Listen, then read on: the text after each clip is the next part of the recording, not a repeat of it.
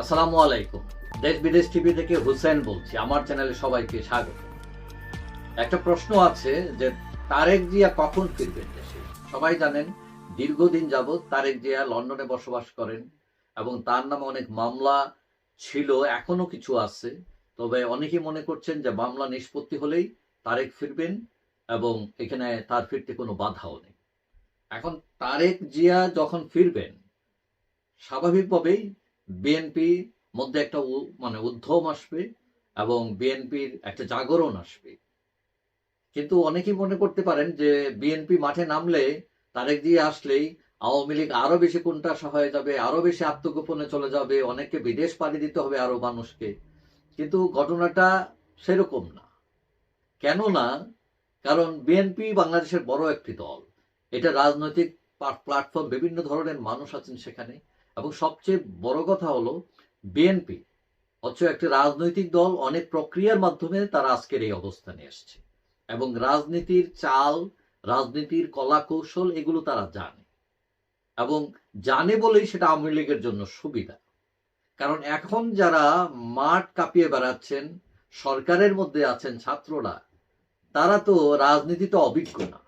যার ফলে হয় কি, তারা একবার এইদিকে দৌড়ান, একবার ওইদিকে দৌড়ান, দুইটা ভালো করলে তিনটা ভুল করতেছেন, অবস্থাটা এইরকম।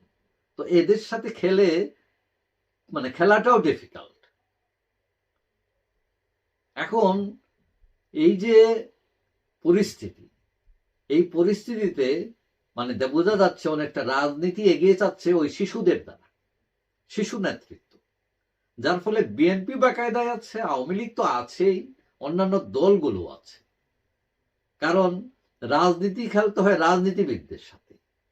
এখন তারেক জিয়া যখন তিনি মাঠে নামবেন, এবং তারেক জিয়া দীর্ঘদিন যাবৎ রাজনীতি করেন এবং তিনি আগের চেয়ে অনেক বেশি পরিপক্ক। আমরা তার বিভিন্ন কথাবার্তা, কর্মসূচি এগুলোর মাধ্যমে বুঝতে পারি তিনি আগের চেয়ে অনেক পরিপক্ক। তার রাজনৈতিক জ্ঞান এখন আরো বেশি সম্পৃক্ত আগের চেয়ে। এখন এই যে আওয়ামী লীগ ছাড়া রাজনীতি, আওয়ামী লীগ ছাড়া নির্বাচন, আওয়ামী লীগকে দাঁড়াতে দেখবেন না, টিকতে দিবেন না, বিএনপি কিন্তু সে ভাষায় কথা বলছে না। এমনকি জামাতও ইসলামও বলছে না।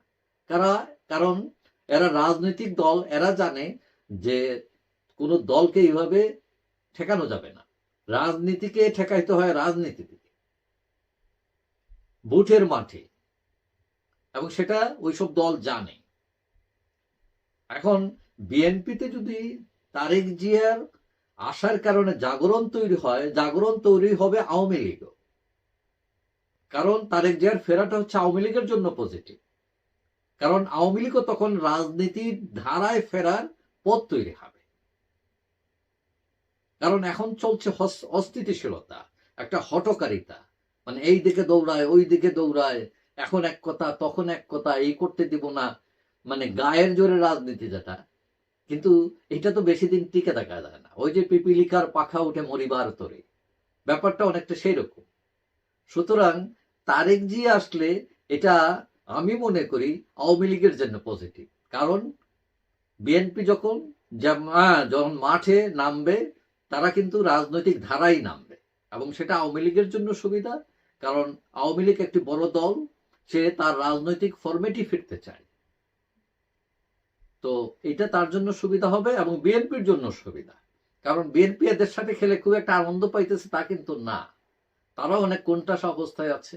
কারণ আর্জেন্টিনা ব্রাজিল খেলা হইলে কিন্তু জমে। এখন আর্জেন্টিনা ফুটবল দলের সাথে যদি নেপাল ফুটবল দল খেলে, সেটাকে জমবে নাকি? জমবে না। তো যাই হোক, এখন কথা হলো, সোজা কথা এটা হচ্ছে যে রাজনীতির সলিউশন করতে হয় রাজনীতি দিয়ে, প্রতিপক্ষকে মোকাবেলা করতে হয় রাজনীতি দিয়ে। এখন রাজনীতিহীন রাজনীতি হয়ে গেছে আমাদের দেশে এবং এটা কারো কাছে কম্য নয়। যাই হোক, সবাই ভালো থাকবেন। আশা করি দেখা হবে অন্য কোনো ভিডিওতে ইনশাল্লাহ। আল্লাহ হাফেজ।